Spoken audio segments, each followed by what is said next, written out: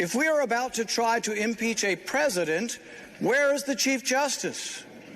If the accused is no longer president, where is the constitutional power to impeach him? Private citizens don't get impeached. Impeachment is for removal from office.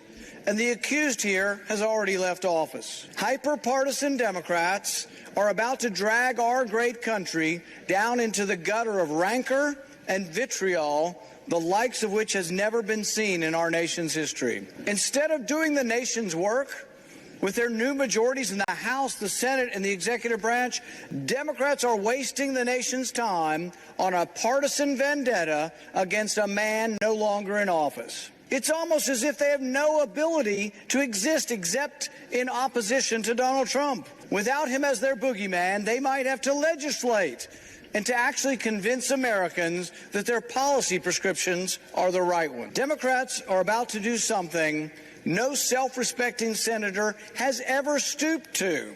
Democrats are insisting the election is actually not over, and so they insist on regurgitating the bitterness of the election.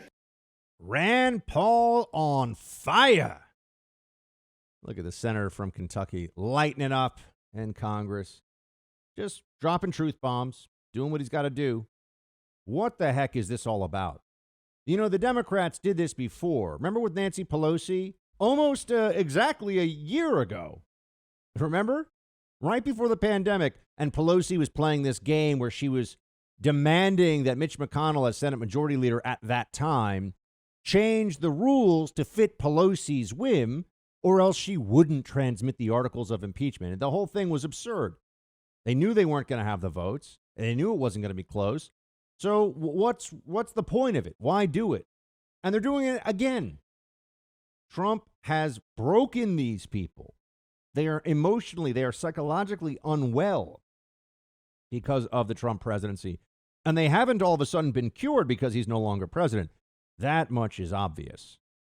This is why they want to continue to drag this out. This is why they will not let this go, even though there's nothing to support this. If their real goal is unity, this is laughable. And even if their goal is accountability, how will it force accountability to hold a vote that won't end up doing anything against President Trump? What's former President Trump, of course. What's that going to achieve? Nothing. This is spiteful. It's vindictive. It is childish. The Democrats won the presidential election. We can all complain about it. We can hold our own theories and our own beliefs about it. That's fine. But Joe Biden is president. They won. And now we are living in an America where the people in power are somehow, it seems, almost even angrier than when they were out of power. They're certainly more willing to take actions like this. They're happy to do it. To bring a second impeachment against the president, against former President Trump. It's an absurdity. But they are also, I believe, trying to show their base exactly what this Biden presidency is going to be all about. Even Lindsey Graham is willing to say at this stage. Now, I know Lindsey, he's probably going to appear on Fox News any minute telling us he's going to get to the bottom of the Russia collusion case or whatever. Sure he is. But here he is telling everybody that Biden's a disappointment, and he's right. Play 10. And Joe Biden's been a huge disappointment thus far, not only on policy, but on the idea that I'm going to bring the country together. How easy would it be, Sean, for Joe Biden to say it is bad to impeach a president after they leave office? Enough already with Donald Trump. Let's look forward.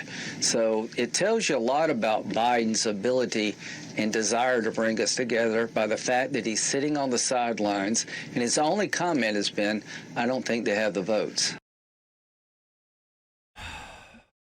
They don't have the vote. So what's this all about? What's the point? What's the purpose? Why go through this charade? Well, Democrats have Trump derangement syndrome. But Joe Biden's calls for unity didn't even last a week before it was laughable. I mean, none of us believed it from the outset, but now it's demonstrable. It's clear. It's provable to anybody who's paying attention that Joe Biden has no interest whatsoever in unity. He simply wants to toss some red meat into the cage of rage-filled leftists, snarling over the prospect of one more chance to go after Orange Man bad. It's amazing how much somebody who comes along who does not bow to them and is not afraid of them upsets them. That was really Trump's greatest sin of all, wasn't it? That he just said, no, I'm not scared of you. I'm not going to allow the left-wing machine to dictate how I speak, what I say, and what I do. Now, that's not to say that Trump wasn't sometimes badly served by his own advisors and made some decisions that I disagree with, but he didn't bend the knee to the left when they demanded it. And that alone was a revolutionary act in America today. Just to say, no, you can say the worst imaginable things about me. And they did about Donald Trump. They said the worst things possible. A traitor, a rapist, a criminal, crazy. They said everything. And he said, I'm going to keep on coming and keep on fighting. And now they have to try to destroy the memory of that, because do you know what their greatest fear is? And I've been thinking about this for some time now. The greatest fear the Democrats have is not that Donald Trump will come back. It's that Trump's central point of defiance against the left-wing machinery will metastasize throughout our society. It will spread all over the place. People will realize, hold on a second, it doesn't have to be this way. I don't have to live in fear of saying one thing that upsets the woke left. I don't have to obey their dictates and repeat things that they say are true that I know are untrue on fear of losing my livelihood or losing the respect of the public, being destroyed.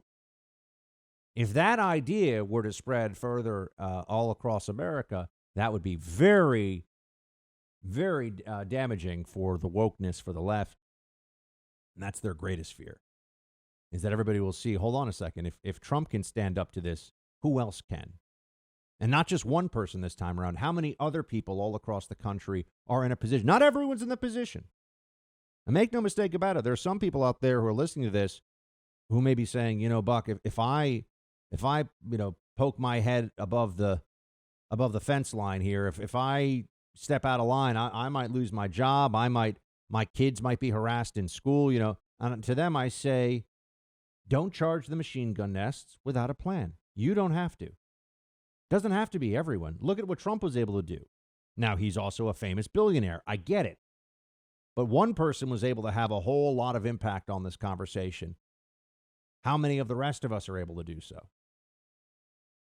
If it spreads, it becomes a much bigger problem for the left. And that's why they have to impeach and impeach and impeach. That's why they have to keep the pressure on. They want a collapse of that basic Trump ethos of, I will fight back. That's their fondest hope. The left just wants us to go to a place where they get to do whatever they want, and we say, wow, that's really unfair, and you know, they're cheating, or they're really nasty, and they have double standards. They're hypocrites, but you know, we play nice. If we do that, the country continues its lurch toward the left. We end up in a collectivist state of national disrepair, and we become a cautionary tale in centuries to come. I know we don't usually talk about timelines in that way, but you know, we are the fall of Rome, so to speak. We are a nation and a people that will not continue as we are.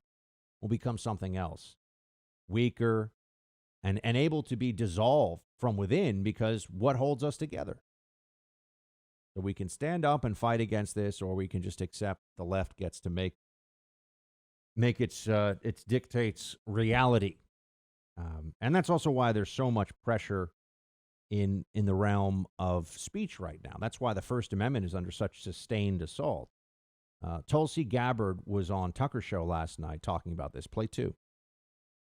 It isn't simply government officials and our intel and law enforcement agencies. It's also private businesses. It's these giant tech monopolies. What can the rest of us do to protect ourselves, to keep free speech alive in a moment when it's being crushed all around us? First of all, keep speaking. I think this is the most important thing at a time when there is so much fear and threats and the kind of fomenting of fear that we're seeing coming from the likes of John Brennan. Take a stand. We must all take a stand and unite around these principles in our Constitution and continue to speak freely, whether it be in person, on the street corner, or on these virtual public squares, these town squares that exist online. Big tech is culpable in this, in that they are using their monopolistic power to pick and choose whose voices are heard and whose voices are squelched, whether it's based on who they agree with, disagree with, political affiliation, who you voted for, or whatever. I think there are alternative platforms. I've got one on tulsi.locals.com. It's a place where people can come and speak freely and have open dialogue and conversation around different issues based on respect and this appreciation for our constitutional rights and freedoms. Tulsi Gabbard of Hawaii is a really interesting political figure in this moment in American history, and it's because you know why so many Democrats hate her? Because she doesn't hate Republicans. That's not allowed. She doesn't agree with Republicans, but she doesn't hate them. She does not despise Trump voters. She does not despise people on the right who have a different view of policy and governance. She actually talks to them. She tries to explain her point of view. That's not allowed. That's really anathema to the Democrat Party. You're not supposed to do that. It's crush, destroy, control. That's what you're seeing with the social media companies. We've gone from them pretending they were not censoring to promising that they wouldn't censor in such a partisan fashion to, yeah, we're a bunch of partisan activists. What are you going to do about it? That's been the transformation of the tech monopoly approach to free speech in America. What are you going to do about it? That's what they're telling you. We don't have a very good answer yet, but we should at least understand where we stand.